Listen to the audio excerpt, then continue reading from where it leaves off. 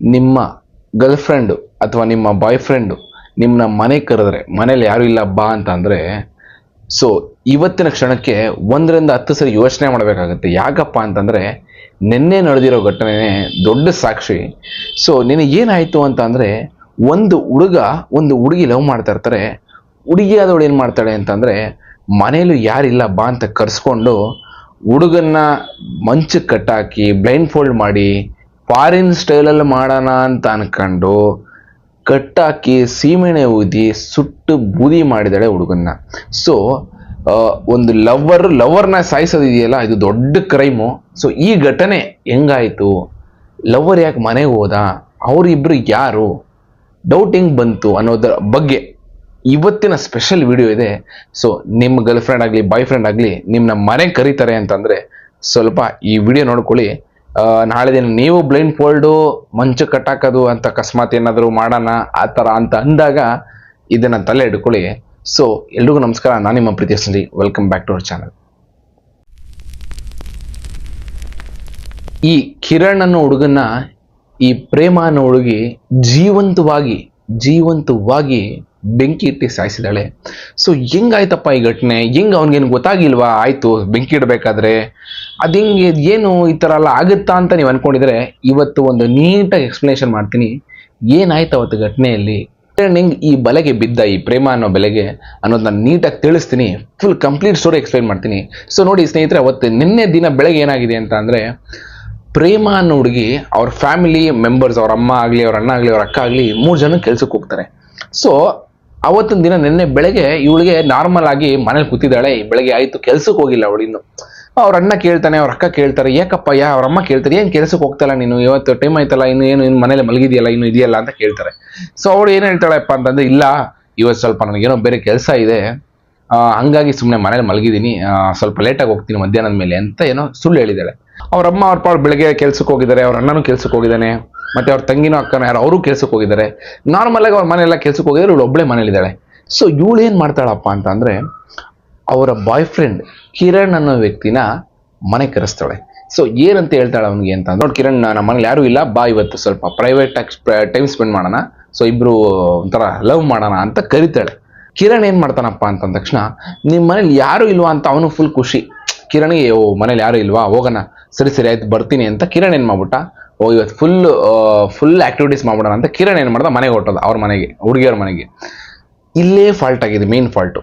ಹುಡುಗಿ ಏನು ಮಾಡಿದ್ಲು, ಕಿರಣ್ಗೆ ಅವನಿಗೇನೋ ಫಾರಿನ್ನು ಇಂಗ್ಲೀಷ್ ವಿಡಿಯೋಸ್ ಎಲ್ಲ ನೋಡಿ ಅವನಿಗೆ ತುಂಬ ಆ ಥರ ಆಸೆ ಇಟ್ಗಳಿತ್ತಂತೆ. ಏನಂತ, ಈ ಬ್ಲೈಂಡ್ ಫೋಲ್ಡ್ ಆಗಲಿ ಮಂಚಕ್ಕೆ ಕಟ್ಟಾಕೋದು ಈ ಥರ ಎಲ್ಲ ಆಸೆಗಳಿತ್ತಂತೆ. ಈ ಥರ ಅಮೇರಿಕಾ ಸ್ಟೈಲು ಇಲ್ಲ ಬೇರೆ ಸ್ಟೈಲು ಈ ಥರ ಎಲ್ಲ ಇದೆಯಲ್ಲ, ಆ ಸ್ಟೈಲೆಲ್ಲ ಮಾಡಬೇಕು ಅಂತ ಇದ್ರಂತೆ. ಅವತ್ತೇನು ಮಾಡಿದಾಳೆ, ಮನೇಲಿ ಯಾರು ಇಲ್ವಲ್ಲ ಅಂತ ಇವಳೇನು ಮಾಡಿದಾಳೆ, ಸೊ ನಿನ್ನ ಕಟ್ಟಾಕ್ತೀನಿ, ನಿನ್ನ ಮಂಚಕ್ಕೆ ಕಟ್ಟಾಕ್ತೀನಿ ಅಂತ ಕೇಳಿದಾಳೆ. ಅವನು ಮಂಚಕ್ಕೆ ಕಟ್ಟಾಕ್ತೀನಿ ಅಂತ ಕೇಳವನೆ, ಇದು ಯಾವುದಪ್ಪ ಇದು ಅಂತ. ಆವಾಗ ಇಲ್ಲ ಆ ಸ್ಟೈಲು ಅಮೆರಿಕಾ ಸ್ಟೈಲ್, ಇವತ್ತು ಲವ್ ಮಾಡೋಣ ಅಮೆರಿಕಾ ಸ್ಟೈಲಲ್ಲಿ ಅಂತ ಅವನು ಹೇಳವ್ರೆ, ಹುಡುಗಿ ಹೇಳವಳೆ. ಏನು ಮಾಡವನೆ, ಆಯ್ತಪ್ಪ ಸರಿ ಓಕೆ ಫೈನ್ ಅಮ್ಮ, ಓ ಸೂಪರ್ ಅಮೆರಿಕಾ ಸ್ಟೈಲಾ ಓಕೆ ಅಂದ್ಬಿಟ್ಟು ಮಂಚಕ್ಕೆ ಕಟ್ಟಾಕೋಣ. ಆಮೇಲೆ ಕಣ್ಣಿಗೆ ಬ್ಲೈಂಡ್ ಫೋಲ್ಡ್ ಕಟ್ಟವಳು, ಹಿಂಗೆ ಕಣ್ಣಿಗೆ ಬ್ಲೈಂಡ್ ಫೋಲ್ಡೇನೆ ಕಟ್ತಾ ಅಂತ ಕೇಳ, ಅದೇ ಅಮೆರಿಕಾ ಸ್ಟೈಲು ಅಂತ ಹೇಳೋಳೆ. ಓಕೆ ಸರಿ ಆಯ್ತು ಅಮೆರಿಕಾ ಸ್ಟೈಲಾ ಓಕೆ ಮಾಡೋಣ ಅಂದ್ಬಿಟ್ಟು ಏನು ಮಾಡೋನೆ, ಕಣ್ಣಿಗೆ ಬ್ಲೈಂಡ್ ಫೋಲ್ಡ್ಸ್ ಎಲ್ಲ ಕಟ್ಸ್ಕೊಂಡವನೆ. ಅವಳು ಏನು ಮಾಡಿದಾಳಪ್ಪ ಅಂತ ಅಂದ್ರೆ ಕೈಯೆಲ್ಲ ಮಂಚಕ್ಕೆ ಕಟ್ಟಾಕಿ ಸೀಮಣೆ ತಂದು ನೀಟಾಗಿ ಸುಡ್ದವಳೆ ಎಲ್ಲ. ಅವನಿಗೆ ಸೀಮಣೆ ಸ್ಮೆಲ್ಲು ಜೊತೆಗೆ ಮೈ ಮೇಲೆ ಲಿಕ್ವಿಡ್ ಬಿದ್ದಾಗ ಇಮ್ಮಿಡಿಯೇಟ್ ಅವನಿಗೆ ಗೊತ್ತಾಗಿದೆ ಏನೋ ಫಾಲ್ಟ್ ಆಗ್ತಾ ಇದೆ ಇಲ್ಲಿ ಅಂತ. ಸೊ ಅವನು ಏನಾಗ್ಬಿಟ್ಟಿದೆ ಫಾಲ್ಟ್ ಅಂದ್ರೆ ಕೈಯೆಲ್ಲ ಕಟ್ಟಾಕ್ಬಿಟ್ಟವ್ರು, ಕೈ ಕಾಲೆಲ್ಲ ಕಟ್ಟಾಕ್ಬಿಟ್ಟವಳು, ಮಂಚಕ್ಕೆ ಕಣ್ಣಿಗೆ ಬಟ್ಟೆ ಕಟ್ಬಿಟ್ಟವಳೆ. ಅವ್ನಿಗೇನು ಮಾಡ್ಬೇಕು ಗೊತ್ತಾಗ್ತಾ ಇಲ್ಲ, ಏನು ಮಾಡ್ತಿದ್ದೆ ಅಂತ ಕೇಳ್ತವನೆ. ಇಮಿಡಿಯೇಟ್ ಸೀಮಣೆ ಎಲ್ಲ ಮಂಚ ಸುತ್ತ ಉಯ್ದು ಬೀಡುಗೆ ಇದಕ್ಕೆಲ್ಲ ಉಯ್ದು ಗಡ್ಡಿ ಗೀರಿಂಗ್ ಹಾಕ್ಬಿಟ್ಟವಳೆ, ಬೆಂಕಿ ಬಟ್ಟಣ ಗೀರಿ. ಸೊ ಅದು ಒಂದೇ ಸೆಕೆಂಡ್ ಪಟ್ ಅಂತ ಬೆಂಕಿ ಎತ್ಕೊಬಿಟ್ಟಿದೆ. ಆ ಗ್ಯಾಪಲ್ಲಿ ಏನಾಗಿದೆಯಪ್ಪ ಅಂತಂದ್ರೆ ಅವನ ಮೈ ಮೇಲೆ ಒಂದೇ ಒಂದು ಬಟ್ಟೆ ಕೂಡ ಇರಲಿಲ್ಲ, ಬರೀ ಒಂದು ಅಂಡರ್ವೇರ್ ಬಿಟ್ರೆ ಬೇರೆ ಬಟ್ಟೆ ಎಲ್ಲ ಬಿಚ್ಚಿಟ್ಬಿಟ್ಟಿದ್ರು ಅವರು. ಇವಳೇನು ಆ ಥರ ಎಲ್ಲ ರೆಡಿ ಮಾಡಿ ಅವನ ಬಟ್ಟೆ ಎಲ್ಲ ಬಿಚ್ಚಿಸಿ ರೆಡಿ ಮಾಡ್ಬಿಟ್ಟವಳೆ. ಸೊ ಅವನಿಗೆ ಟೋಟಲಿ ಅವನು ಬರ್ನ್ ಆಗಿ ಅವನು ಸತ್ತೋದ. ಆ ಹುಡುಗ ಇಲ್ಲ, ಅವಳ ಕಣ್ಣು ಮುಂದೆ ಆ ಹುಡುಗ ಸಾಯತ್ನ ನೋಡ್ತಾವಳು ಅವಳು. ಸಡನ್ ಆಗಿ ಏನಾಯ್ತು ಅಂತ ಅಂದ್ರೆ ಬೆಂಕಿ ಎತ್ಕೋತು. ಕೆಳಗಡೆ ಮನೆಯವರು, ಮೇಲ್ಗಡೆ ಮನೆಯವರು, ಅಕ್ಕಪಕ್ಕ ಮನೆಯವ್ರಿಗೆಲ್ಲ ಗೊತ್ತಾಗಿತ್ತು. 3rd ಫ್ಲೋರಲ್ಲಿ ಅವ್ರು ಇದ್ದಿದ್ದ ಮನೆ. ಕೆಳಗಡೆ ಮನೆಯವ್ರಿಗೆಲ್ಲ ಬೆಂಕಿ ತಕ್ಷಣ ಗೊತ್ತಾಗಿದ ತಕ್ಷಣ ಫುಲ್ ಫೈರ್ ಇಂಜಿನ್ಗೆಲ್ಲ ಫೋನ್ ಮಾಡ್ತಾರೆ, ಪೊಲೀಸ್ ಸ್ಟೇಷನ್ಗೆ ಫೋನ್ ಮಾಡ್ತಾರೆ. ಪಟ್ ಅಂತ ಪೊಲೀಸ್ ಗಾಡಿ ಬರುತ್ತೆ, ಫೈರ್ ಸ್ಟೇಷನ್ ಬರುತ್ತೆ, ಫೈರ್ ಗಾಡಿ ಬರುತ್ತೆ, ಎಲ್ಲ ಬರುತ್ತೆ, ಬೆಂಕಿನ ಹಾರಿಸ್ತಾರೆ. ಬಟ್ ಆ ಹುಡುಗ ಸತ್ತೋಗಿರ್ತಾನೆ. ಇವಳು ಏನು ಮಾಡ್ತಾಳಪ್ಪ ಅವಾಗ ಅಂತಂದರೆ ವಾಶ್ರೂಮಲ್ಲಿ ಹೊಸ್ಕೊಂಡಿರ್ತಾಳೆ. ತಕ್ಷಣ ಅವರ ಪಕ್ಕದ ಮನೆಯವರು ಆ ಹುಡುಗಿ ಇದ್ದಾಳಲ್ಲ, ಈ ಪ್ರೇಮ ಅನ್ನೋ ಹುಡುಗಿಯವ್ರ ಅಣ್ಣನಿಗೆ ಪಟ್ಟಂತ ಫೋನ್ ಮಾಡ್ತಾರೆ. ಫೋನ್ ಮಾಡಿಬಿಟ್ಟು ನಿಮ್ಮಲ್ಲಿ ಬೆಂಕಿ ಎತ್ಕೊಂಡಿದೆ, ದಯವಿಟ್ಟು ಬೇಗ ಬನ್ನಿ ಅಂತ ಹೇಳ್ತಾರೆ. ಅವರ ಅಣ್ಣ ಇದ್ದೋ ಏನು ಮಾಡ್ತಾನೆ, ಇಮಿಡಿಯೇಟ್ ಬಂದು ನೋಡ್ತಾನೆ, ತಂಗಿ ಇಮಿಡಿಯೇಟ್ ಕೆಳಗಡೆ ಕರ್ಕೊಂಡ್ಬಂದು, ಪಾಪ ನನ್ನ ತಂಗಿ ಏನೂ ಆಗಿಲ್ಲ ಅಂತ ಹುಷಾರಾಗಿ ಅಂದರೆ ಕೆಳಗಡೆ ಮಾತಾಡ್ಕೊಂಡ್ಬಿಡ್ತಾನೆ. ತಂಗಿ ಏನೂ ಆಗಿಲ್ಲ ಅಂತ ಅವಳನ್ನ ಕೆಳಗಡೆ ಕರ್ಕೊಂಡ್ಬಿಡ್ತಾನೆ. ಬಟ್ ಸುತ್ತಮುತ್ತ ಕೆಟ್ಟ ಸ್ಮೆಲ್ಲು, ಒಂದು ಕೆಟ್ಟ ಮಾಂಸ ಸುಟ್ಟಿರೋ ಸ್ಮೆಲ್ಲು.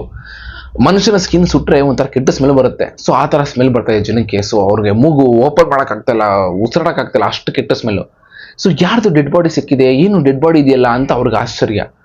ಸೊ ಏನು ಹೇಳ್ತಾಳಪ್ಪ ಅವಳು ಅವ್ರ ಅಣ್ಣನಿಗೆ ಅಂತಂದರೆ, ಇಲ್ಲ ಅಣ್ಣ ನಾನು ಲಾಗಿನ್ ಆಗಬೇಕಿತ್ತು ಆಫೀಸ್ಗೆ.